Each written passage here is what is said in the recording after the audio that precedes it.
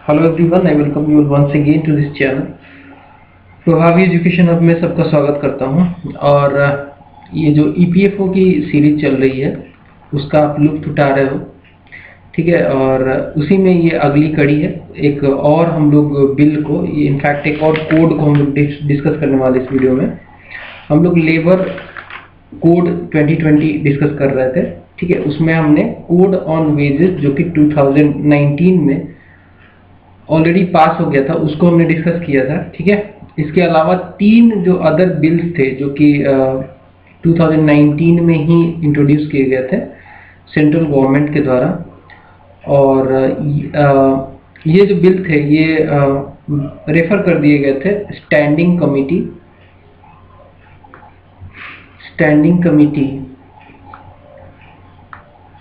On labour को हमने इसको रेफर किया था। और इसके रिकमेंडेशन पे, इसने रिकमेंड किया, इसके रिकमेंडेशन पे गवर्नमेंट ने वो जो पुराने 3 बिल थे इनको रिप्लेस करके नए 3 बिल सितंबर 2020 में, नए 3 बिल्स सितंबर 2020 में पार्लियामेंट में पेश किए।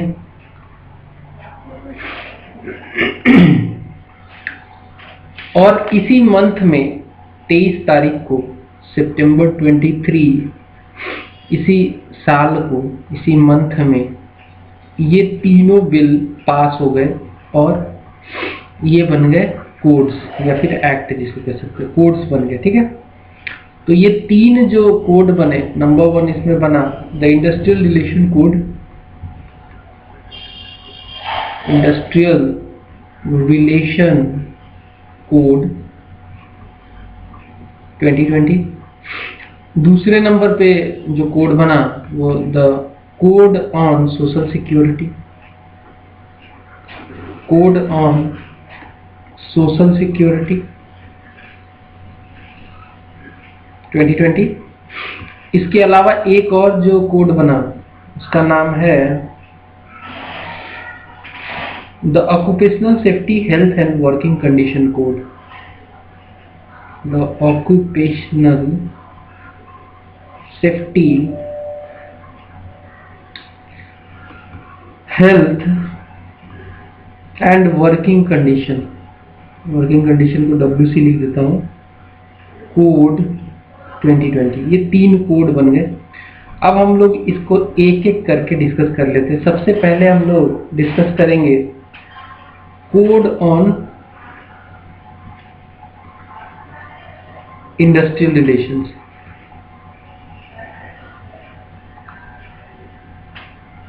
कोड ऑन इंडस्ट्रियल रिलेशंस 2020, इसको सबसे पहले हम डिस्कस करेंगे, ठीक है।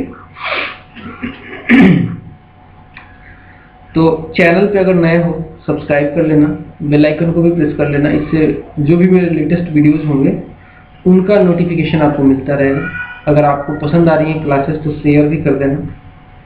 तो इस पार्टिकुलर कोड में, कोड ऑन इंडस्ट्रियल रिलेशन 2020 में 3 लेबर लॉज को कंसोलिडेट कर दिया गया।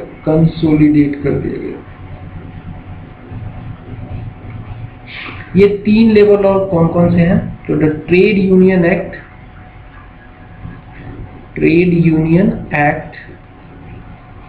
1926। दूसरे नंबर पे जिसे कंसोलिडेट किया गया है वो है industrial employment standing order act, industrial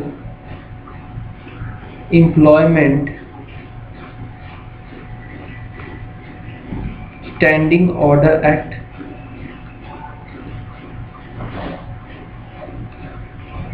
1946।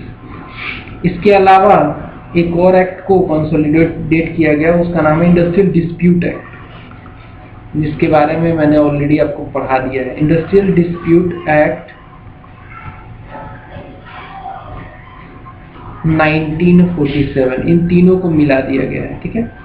इन तीनों को मिला दिया गया है और कंसोलिडेट करके क्या बना दिया गया है? कोड ऑन इंडस्ट्रियल रिलेशन 2020, ठीक है। चलिए अब इसके बारे में हम लोग बात कर रहे हैं। एग्जेम्पशन कुछ दी गई हैं, जैसे कि कोई गवर्नमेंट अगर चाहे, एप्रोप्रिएट गवर्नमेंट मतलब कि सेंट्रल गवर्नमेंट हो सकती है या फिर स्टेट गवर्नमेंट, एप्रोप्रिएट गवर्नमेंट चाहे तो वो न्यू इंडस्ट्रियल इस्टेब्लिशमेंट या फिर क्लास ऑफ इस्टेब्लिशमेंट को इस कोड के दायरे से बाहर रख सकती है for the interest of public. Public interest में कुछ न्यू इस्टेब्लिशमेंट्स,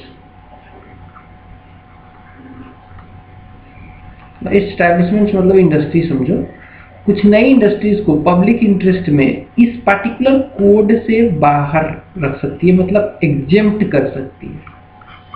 ठीक है, एग्जेम्प्ट कर सकती है पब्लिक इंटरेस्ट में। अब ये जो मैंने शुरू में बताया था कि 2019 में भी एक बिल आया था, लेकिन बाद में 2020 सितंबर में एक बिल लाके उसी को पास करके हमने कोड बनाया। तो ऐसा क्या हो गया था, क्या क्या इसके प्रावधान थे और इसमें क्या क्या चेंजेस लाए गए, वो हम एक बार कंपेरेटिव मामले में देख लेते हैं। कंपेरेटिव मामले में हम इसको एक बार देख लेते हैं ताकि दोनों का पता चल जाए, हमें नए वाले का भी पता चल जाए और पुराने में क्या था, किस वजह से विवाद था, वो सब भी हमें पता चल जाए। तो अब हम कंपेरेटिव व्यू में एक टेबुलर फॉर्म में, टेबुलर क्या, मैं आपको ऐसे एक्सप्लेन करता चलूंगा कि पार्टिकुलर जैसे स्टैंडिंग ऑर्डर से रिलेटेड पहले क्या था और अब क्या है। तो एक तरफ मैं लिखता हूं प्रोविजंस इन 2019 बिल और एक तरफ लिखता हूं प्रोविजंस इन 2020। अभी क्या प्रोविजन हमें मिला है। पहला पॉइंट हम देखते हैं स्टैंडिंग ऑर्डर से रिलेटेड।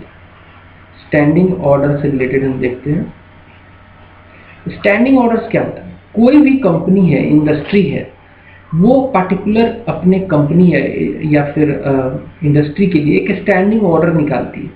स्टैंडिंग ऑर्डर निकालती है जिसमें क्लियर कट गाइडलाइंस रहता है कि क्या इस कंपनी में क्या फॉलो होगा, क्या फॉलो नहीं होगा, क्या क्या प्रावधान होंगे।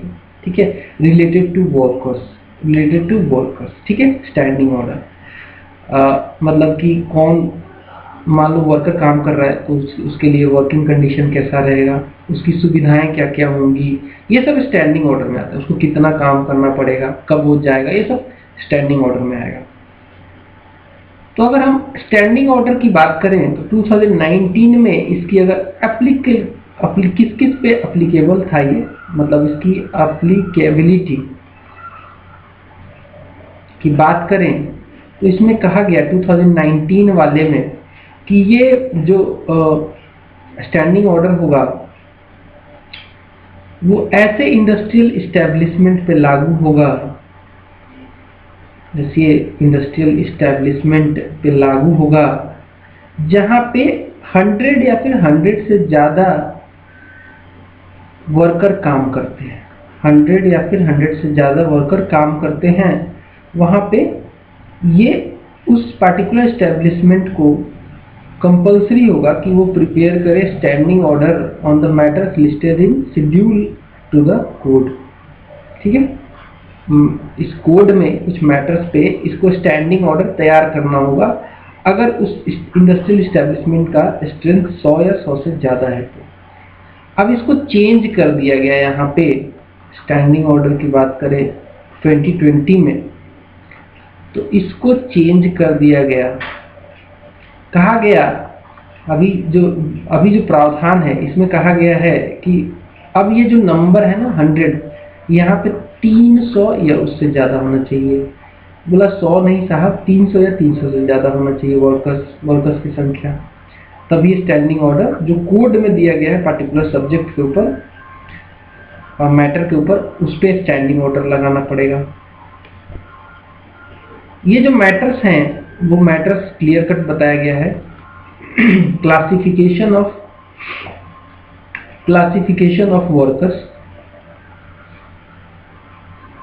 ठीक है। इसके अलावा नंबर 2 पे है manner of informing workers about work hour, ठीक है, manners of informing work hour, work hour के से रिलेटेड क्या क्या प्रावधान होंगे, वर्क आवर, हॉलीडे, पे डेज, कौन कौन से डे पे डेज होंगे, एंड वेज रेट, इन सब पे आपको स्टैंडिंग ऑर्डर निकालना पड़ेगा। वेज डेज, सॉरी रेट्स, है ना, मैनर्स, ठीक है, मैनर ऑफ इन्फॉर्मिंग वर्कर्स को बताना पड़ेगा कि वर्किंग आवर उनका कितना होगा, हॉलीडेज कब कब उनको मिलेगी, कौन सी हॉलीडे मिलेगी नहीं मिलेगी, पे डेज क्या होगा, कौन से दिन को उनको सैलरी मिलेगी, वेज रेट क्या होगा, ये सब स्टैंडिंग ऑर्डर इन सब मैटर पे बनाना पड़ेगा। इसके अलावा भी कुछ और भी मैटर पे स्टैंडिंग ऑर्डर बनाना पड़ेगा, जैसे कि टर्मिनेशन ऑफ एम्प्लॉयमेंट, क्या वो कंडीशन होंगे जहाँ पे एक एम्प्लॉय को टर्मिनेट किया जाएगा। इसके अलावा grievance redressal mechanism, grievance redressal mechanism, इन पे भी आपको स्टैंडिंग ऑर्डर तैयार करना पड़ेगा। ग्रीवांस क्या होता है, मान लो मैं किसी कंपनी में काम कर रहा हूँ और मेरे कुछ विवाद, मतलब मैं खुश नहीं हूँ पर्टिकुलर किसी प्रोविजन से, किसी अधिकारी से, कैसे भी मैं दुखी हूँ, तो मेरा ग्रीवांस है, उस ग्रीवांस को रिड्रेस करना जरूरी है मेरे हेल्थ के लिए भी और ओवरऑल ऑर्गेनाइजेशन के हेल्थ के लिए भी। तो ग्रीवांस रिड्रेसल के ऊपर जो मैकेनिज्म है उसके ऊपर एसओपी होना चाहिए, स्टैंडर्ड ऑर्डर होना चाहिए, है ना। ये सारे मैटर अब इसमें क्लैरिफाई किए गए हैं। इसके अलावा अगर बात करें स्टैंडिंग ऑर्डर से ही रिलेटेड, तो powers to the central government को पावर दिया गया है, रिवाइज, पहले वाले में प्रोविजन था कि सेंट्रल गवर्नमेंट को कुछ पावर दिया गया था कि वो रिवाइज कर सकता है थ्रेशोल्ड को, ये जो 100 वाला थ्रेशोल्ड है ना, वो सेंट्रल गवर्नमेंट को पावर दिया गया था कि आप जो है इसको रिवाइज कर सकते हो। तो 2019 में कहा गया था कि सेंट्रल गवर्नमेंट चाहे तो स्टैंडिंग ऑर्डर कहाँ अप्लीकेबल होगा कहाँ नहीं, अगर चाहे तो 100 से नीचे वाले पे भी ये किसी पर्टिकुलर अगर इस्टेब्लिशमेंट के ऊपर 100 से उसका स्ट्रेंथ कम है, वर्कर कम है, तब भी वहां पे वो चाहे तो स्टैंडिंग ऑर्डर उससे बनवा सकती है, कहेगी उस पर्टिकुलर कंपनी को कि स्टैंडिंग ऑर्डर बनाओ। तो ये पावर दिया गया था सेंट्रल गवर्नमेंट को कि अगर किसी इस्टेब्लिशमेंट का नंबर 100 से कम है, वर्कर वहाँ पे मान लो एक एबीसी कंपनी है, यहाँ पे 90 वर्कर्स ही काम करते हैं, तो लॉजिकली तो यहाँ पे 100 से ऊपर होना चाहिए, तभी स्टैंडिंग ऑर्डर इस पर्टिकुलर कंपनी को बनाना है। लेकिन अब सरकार को इसमें बोला गया था कि गवर्नमेंट चाहे तो यहाँ पे इसको बोल सकती है कि आप एक काम करो भैया, आप भी स्टैंडिंग ऑर्डर वर्कर्स के लिए तैयार कर लो। ये प्रावधान था 2019 में, इस प्रावधान को 2020 में हटा दिया गया। 2020 में इसको रिमूव कर दिया गया। सरकार को कोई राइट नहीं है कि 300 से नीचे वाली किसी कंपनी को बोले कि स्टैंडिंग ऑर्डर तैयार करो। हालांकि सही है, अगर सरकार कहती है 90 से 100 से नीचे वाले को बनाने के लिए, तो एक तरीके से एक नजरिए से वर्कर के पर्सपेक्टिव से ठीक है, हो सकता है इस्टेब्लिशमेंट के पर्सपेक्टिव से ठीक ना हो, है ना। चलिए आगे बढ़ेंगे। अब हम बात करेंगे इसी में चेंजेस इन एम्प्लॉय स्ट्रेंथ, इसी में स्टैंडिंग ऑर्डर में ही चेंजेस अगर होता है एम्प्लॉय स्ट्रेंथ में, तो 20, चलो यहाँ पे लिख देता हूँ, चेंजेस मान लीजिए हो गया, पहले 100 थे, 100 से ज़्यादा थे, कम हो गए, ज़्यादा हो गए, चेंजेस इन एम्प्लॉय स्ट्रेंथ। मान लीजिए यहाँ पे एक कंपनी थी, एबीसी का ही एग्जांपल लेते हैं, उसमें पहले 100 थे तो यहाँ पे स्टैंडिंग ऑर्डर था, अब ये घट के 90 हो गए, तो क्या होगा। तो 2019 में कहा गया था कि अगर once establishment is covered under the provision related to standing order, these provisions will continue to apply even if employee strength reduces below the threshold 100 workers at any time thereafter। बोला कि एक बार अगर आपको स्टैंडिंग ऑर्डर वाले में आ गए, 100 से ऊपर है आपका स्ट्रेंथ और आपको बोल दिया गया कि स्टैंडिंग ऑर्डर बनाओ, जो कि बिल के तहत बनाना ही है, फिर आपका स्ट्रेंथ चाहे कितना भी हो जाए, 80 हो जाए, एक क्यों ना हो जाए, आपको स्टैंडिंग ऑर्डर बना के रखना है। ये प्रावधान था 2019 में, और इस प्रावधान को यहाँ पे 2020 वाले में रिमूव कर दिया गया। ठीक है, यहाँ पे 2020 वाले में इसको रिमूव कर दिया गया।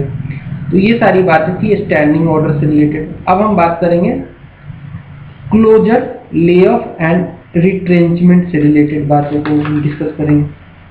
Closure, lay off and retrenchment. ठीक है, फिर से लिखता हूं यहाँ पे, प्रोविजंस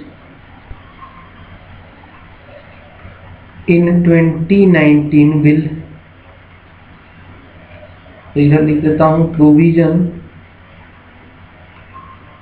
इन 2020, जो कोड है, कोड में क्या है अभी। ठीक है, तो अब हम बात करते हैं क्लोजर। मान लीजिए क्लोजर हो जाता है किसी कंपनी का, या फिर ले ऑफ किया जाता है, एम्प्लॉयज को निकाला जाता है, या फिर उनको छटनी की जाती है, उनकी रिट्रेंचमेंट जिसको कहते हैं, रिट्रेंचमेंट होता है, तो क्या होगा। तो 2019 में जो बिल था उसमें कहा गया था कि अगर कोई इस्टेब्लिशमेंट 100 वर्कर के साथ मिनिमम काम करती है तो उसको प्रायर परमिशन लेना होगा गवर्नमेंट से बिफोर क्लोजर। मान लीजिए स्ट्रेंथ 100 या 100 से ज़्यादा है और ये क्लोजर चाहती है, कोई ABC कंपनी, अगेन यहाँ पे लेते हैं, इंडस्ट्री है ये क्लोजर चाहती है, तो इसको गवर्नमेंट से परमिशन लेना पड़ेगा, प्रायर परमिशन रिक्वायर्ड होगा इसके लिए। ठीक है, इसके अलावा अगर ले ऑफ करना चाहती है किसी एम्प्लॉयज को ले ऑफ करना चाहती है या फिर रिट्रेंचमेंट करना चाहती है,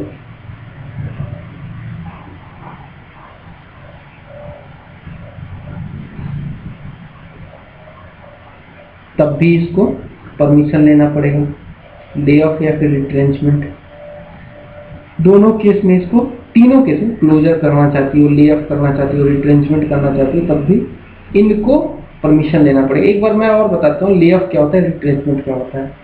so basically lay off is considered to be an employer's inability. मान लीजिए ये कंपनी है ABC, इसकी इनएबिलिटी है कि कंटिन्यू कर सके employment to a worker in the adverse business condition. मान लीजिए इस पर्टिकुलर ABC कंपनी में इसका इतना बुरा हालत हो गया कि ये अब अपने वर्कर्स को भी पेमेंट नहीं कर पा रही है, चाहती है कि कुछ एम्प्लॉय को निकाल दे, ले ऑफ कर दे। उस केस में ये जो छटनी होगी, ये जो निकाला जाएगा वो ले ऑफ होगा। हो सकता है बाद में इसको फिर से बुला लिया जाए इन पर्टिकुलर कर्मचारियों को। रिट्रेंचमेंट क्या होता है, इसमें टर्मिनेशन हो जाता है कंप्लीटली सर्विस का। हो सकता है कि डिसिप्लिनरी रीजन से हो या फिर किसी रीजन से पूरा सर्विस ही हटा दिया जाता है उसको। ले ऑफ में हो सकता है एक पर्टिकुलर एम्प्लॉय को निकाला जाए कंपनी की खराब स्थिति की वजह से, लेकिन रिट्रेंचमेंट में तो उसको पनिशमेंट की तरह निकाला जाता है या फिर किसी भी रीजन से उसको रिट्रेंच किया जाता है। ठीक है, तो ये क्लोजर से रिलेटेड ये प्रावधान थे। ये जो प्रावधान थे 2019 में, इस प्रावधान को बोला गया कि ये जो नंबर है 300 कर दो, 300 या 300 से ज़्यादा, तभी ये मतलब अगर क्लोजर करना है या ले ऑफ करना है या फिर रिट्रेंचमेंट करना है कर्मचारियों का, ठीक है, तभी गवर्नमेंट से परमिशन लेना पड़ेगा, अदरवाइज नहीं लेना पड़ेगा। 300 नंबर कर दिया ये, तो नंबर का खेल है, 100 पहले था, 300 का खेल चल रहा था। अब हम बात कर लेते हैं, अगर थ्रेशोल्ड को रिवाइज करना है, इस थ्रेशोल्ड को रिवाइज करना है तो गवर्नमेंट को क्या कुछ पावर दिया गया था। तो 2019 में थ्रेशोल्ड में अगर रिवीजन चाहिए, इस थ्रेशोल्ड की बात कर रहा हूँ, इस नंबर के थ्रेशोल्ड की, अगर इसमें ज़्यादा या कम करना सरकार चाहती है, मान लो कि चाहती है सरकार कि इसको 90 कर दो, 90 भी है अगर कर्मचारियों की संख्या तब भी परमिशन लेना पड़े, तो 2019 वाले बिल में कहा गया कि गवर्नमेंट को इतना पावर है कि वो इंक्रीज या डिक्रीज कर सकती है threshold for establishment to seek prior permission before closure, lay off and retracement.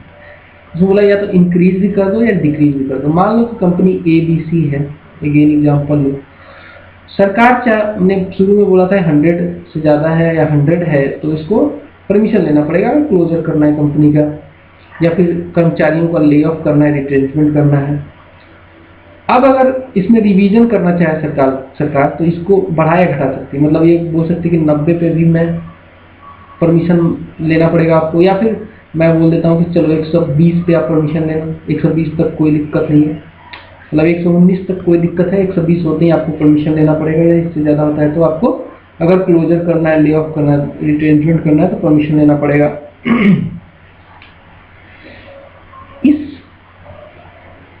इस पार्टिकुलर प्रावधान को 2020 में क्या किया गया, बोला गवर्नमेंट कर सकती है थ्रेशोल्ड को चेंज कर सकती है, लेकिन ओनली चेंज कर सकती है लेकिन ओनली इंक्रीज करेगी, डिक्रीज नहीं करेगी। मतलब कि 300 है, इससे कम नहीं कर सकती, इससे ज़्यादा ही करेगी, या 302 कर लो, 305 कर लो, जो भी इंक्रीज ही करना है, कम नहीं कर सकते, वो भी थ्रू ए नोटिफिकेशन, एक नोटिफिकेशन आपको देना पड़ेगा।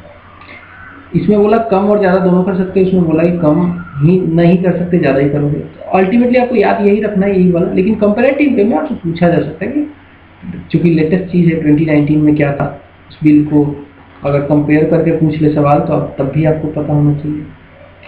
ये हो गया क्लोजर, ले ऑफ और रिट्रेंचमेंट से रिलेटेड। अब हम अगला डिस्कस करेंगे नेगोशिएटिंग यूनिट्स एंड काउंसिल्स। कौन से लोग नेगोशिएट करेंगे, कौन से लोग नेगोशिएटिंग यूनिट होंगे और काउंसिल क्या होगा, इसको हम लोग डिस्कस कर लेंगे। ठीक है, अगर कुछ डिस्प्यूट होता है तो नेगोशिएशन में कौन सी पार्टी आगे आएगी, उससे रिलेटेड प्रावधान हम देखेंगे। चलिए आगे बढ़ते हैं। अगेन मैं यहाँ पे लिखता हूँ provisions in 2019 bill, provision in 2020। अब हम क्या बात करने जा रहे हैं, नेगोशिएटिंग यूनियंस एंड काउंसिल। ठीक है, तो 2019 वाले जो बिल था उसमें बोला कि सोल नेगोशिएटिंग यूनियन का एक कॉन्सेप्ट लाते हैं। सोल, आप समझना इसको, सुनना ध्यान से, सोल नेगोशिएटिंग यूनियन। ठीक है, इसका कॉन्सेप्ट लाते हैं। इसमें बोला कि if there were more than one registered trade union, मान लीजिए एक कंपनी है ABC, यहाँ पे 2 रजिस्टर्ड ट्रेड यूनियन है, या फिर एक से ज़्यादा 2 या 3 4 जो भी ट्रेड यूनियन है यहाँ पे, तो इसमें से इन 2 है मान लीजिए, तो दोनों में से कौन सोल नेगोशिएटिंग यूनियन बनेगा। तो बोला गया, मतलब कि नेगोशिएटिंग यूनियन से मतलब मेरा है, मान लीजिए कोई इंडस्ट्रियल डिस्प्यूट हो जाता है, ये इंडस्ट्री है, वर्कर और मैनेजमेंट के बीच में कोई इंडस्ट्रियल डिस्प्यूट हो गया, वर्कर वर्सेस मैनेजमेंट में कोई डिस्प्यूट हो गया, तो कौन सा जो ट्रेड यूनियन है, 2 है मान लीजिए ट्रेड यूनियन में, 3 ट्रेड यूनियन है, तो कौन सा ट्रेड यूनियन नेगोशिएट करेगा कंपनी के साथ, मैनेजमेंट के साथ। तो इसमें बोला गया कि वैसा ट्रेड यूनियन जिसमें मोर देन 75% वर्कर्स मेंबर हैं, वो सोल नेगोशिएटिंग यूनियन कहलाएगा। मोर देन 75% वर्कर्स जिस ट्रेड यूनियन के होंगे, उसी ट्रेड यूनियन को एक पावर दिया जाएगा कि वो सोल नेगोशिएटिंग यूनियन बने। ठीक है, जैसे मान लीजिए फिर से बताता हूँ, ABC कंपनी है, यहाँ पे 2 यूनियन है, ए यूनियन छोटा वाला A एंड यूनियन छोटा वाला B। इसके पास है 80% वर्कर्स इस कंपनी के, इसके पास है 20%। तो कौन सा जो यूनियन है वो नेगोशिएट करेगा इस कंपनी के साथ, तो ये वाला करेगा, है ना, ये वाला करेगा। ये प्रावधान था पहले वाले में। इसको 2020 वाला जो कोड आया उसमें बोला गया कि ये थ्रेशोल्ड 51% कर दो। मतलब एक मान लो कोई कंपनी ABC, उसका विवाद हो जाता है वर्कर और मैनेजमेंट के बीच में, और यहाँ पे दो यूनियन है A और B, तो एक जिसमें भी 51% से ज़्यादा होगा वही कंपनी जो होगी सोल नेगोशिएटिंग यूनिट बनेगी। 51% कर दिया, पहले 75% था, अब 51% कर दिया। ये बात समझ में आई। अब एक और बनाया गया, एक और कॉन्सेप्ट लाया गया था इसमें नेगोशिएटिंग काउंसिल का, नेगोशिएटिंग काउंसिल का। ये क्या है भैया, ये भी जान लो। मान लो अगेन कंपनी अपनी ABC है, इसका विवाद वर्कर वर्सेस मैनेजमेंट हो गया। अब क्या है, यहाँ पे भी ट्रेड यूनियंस है कई सारी, यहाँ पे भी कई सारी ट्रेड यूनियंस है, और कोई भी ट्रेड यूनियन जो है, मान लो यहाँ पे 3 ट्रेड यूनियन है A, B, C, और यहाँ पे एक के पास है 40%, दूसरे के पास भी 40% और तीसरे के पास 20%। तो कोई भी, किसी के पास तो 75% नहीं है। उस केस में क्या होगा, उस केस में बोला गया कि एक नेगोशिएटिंग काउंसिल बनाई जाएगी, नेगोशिएटिंग काउंसिल बनाई जाएगी consisting of representatives of unions that have at least 10% of workers as members। ठीक है, बोला कि काउंसिल बनाया जाएगा, एक नेगोशिएटिंग काउंसिल बनाया जाएगा इन ट्रेड यूनियंस के। ऐसे मतलब एक मान लो DV है यहाँ पे, जिसके पास मान लो 5% ही वर्कर्स हैं, यहाँ पे 15 कर लो, तो क्या ये एलिजिबल नहीं होगा? नहीं होगा, बिकॉज यहाँ पे मिनिमम 10% वर्कर्स होने चाहिए, तो ये ट्रेड यूनियन ऐसे ही बाहर हो जाएगा। बचा कौन, ये तीनों के मेंबर्स इसमें पार्टिसिपेट करेंगे रेशनल वैल्यू के हिसाब से। मान लो रेशियो निकाल के, इसका 40% है, इसका 40%, 15% है, तो रेशियो के हिसाब से पार्टिसिपेट करेंगे नेगोशिएटिव काउंसिल बना के। ये जो नेगोशिएटिंग काउंसिल वाला जो प्रावधान था, ये जो नेगोशिएटिंग काउंसिल वाला जो प्रावधान था, इसमें बोला गया कि ये जो 10% वाला है ना, इसको 20% कर दो। So the bill 2020 कोड में raises the threshold to 20%। बोला कि मान लो ऐसे जैसे कंपनी ABC है, अगेन एग्जांपल से समझो, यहाँ पे वर्कर वर्सेस मैनेजमेंट हो जाता है, डिस्प्यूट हो गया, इंडस्ट्रियल डिस्प्यूट, अब सॉल्व करना है। 4 ट्रेड यूनियंस हैं, एक में 40%, दूसरे में 40%, तीसरे में 15 और चौथे में 5। सेम कंडीशन रखो। इसमें क्या, ये दोनों आउट हो जाएंगे, बिकॉज मिनिमम जो थ्रेशोल्ड है यहाँ पे 20% कर दिया, तो इन्हीं दोनों के मेंबर पार्टिसिपेट करेंगे नेगोशिएटिंग काउंसिल में। ठीक है, ये हो गया negotiating union and negotiating council. आपको याद कौन सा रखना है, ज्यादा आपको यही याद रखना है, बाकी कंपैरेटिव वे में ये भी है। आगे बढ़ेंगे, फिर से लिखता हूं मैं, प्रोविजंस in 2019 बिल, यहाँ पे लिखता हूँ प्रोविजन इन 2020। अगला जो है, जो कि लास्ट है, इसमें है new provisions under the bill, new provisions, new provision under the bill.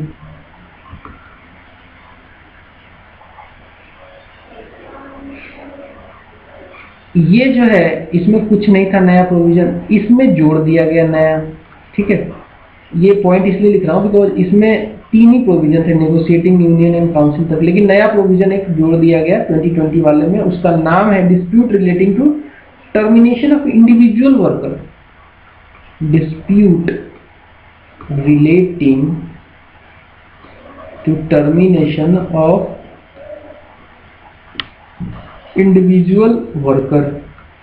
ये इसमें नहीं था, ठीक है, इसमें डाल दिया गया इंडिविजुअल वर्कर। बोला यार इंडिविजुअल वर्कर से भी अगर डिस्प्यूट होता है तो उस केस में क्या होगा, आप ट्रेड यूनियन वर्सेस वो तो कर ले रहे हो, वर्कर एंड कर लेते हो, लेकिन एक इंडिविजुअल मान लो एक ही व्यक्ति के साथ एक ही वर्कर के साथ कुछ डिस्प्यूट हो गया, कंपनी है मान लो ABC, और इसका मैनेजमेंट वर्सेस सिंगल या फिर इंडिविजुअल वर्कमैन हो गया यहाँ पे। पहले तो वर्कर्स होता है तो वहाँ पे ट्रेड यूनियन आ जाती है, लेकिन सिंगल वर्कमैन होगा तो क्या होगा, ट्रेड यूनियन तो आएगी नहीं। तो इसके लिए भी कुछ होना चाहिए कि नहीं बिल में, तो ये कोड में आया है।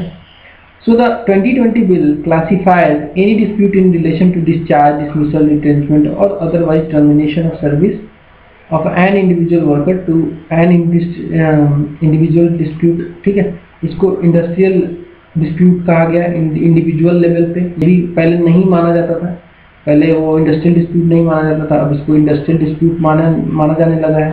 मैनेजमेंट और एक सिंगल वर्कमैन की भी लड़ाई होती है तब भी वो इंडस्ट्रियल डिस्प्यूट होगा। तो इसके लिए क्या होगा, जो इन वर्कर है जिसके साथ डिस्प्यूट हुआ है वो अप्लाई कर सकता है इंडस्ट्रियल ट्रिब्यूनल में अपने डिस्प्यूट को फॉर द एडजुडिकेशन। ये जा सकता है कहाँ पे, ये सिंगल वर्कमैन इंडस्ट्रियल ट्रिब्यूनल में जा सकता है। वहाँ जाके बोलेगा कि भैया मेरे साथ तो विवाद हो गया, अब इसको सॉल्व किया जाए। वहाँ पे ये ट्रिब्यूनल एडजुडिकेट करेगी।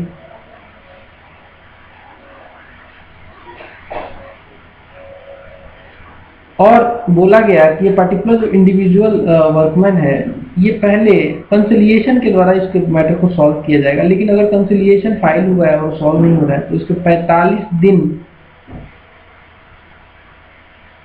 के बाद ही ये ट्रिब्यूनल में अप्लाई करेगा।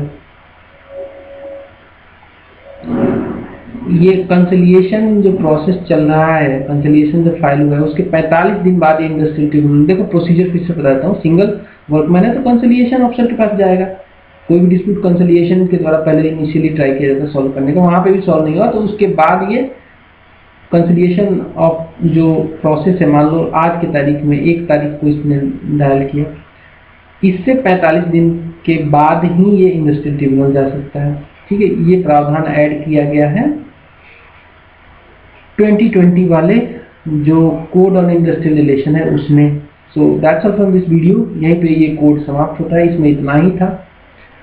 आपको आइडिया लग ही गया, आप इस पे क्वेश्चन को सॉल्व कर ही लोगे। बहुत आसान है, ये बहुत मुश्किल नहीं है, बहुत आसान है ना। इस पे आई होप कि एक भी आपका MCQ छूटे ना। वीडियो अच्छी लग रही है लाइक कर दिया करो, शेयर कर दिया करो दोस्तों के साथ, and subscribe to this channel right now. मिलते हैं अगले वीडियो में, तब तक के लिए बाय बाय।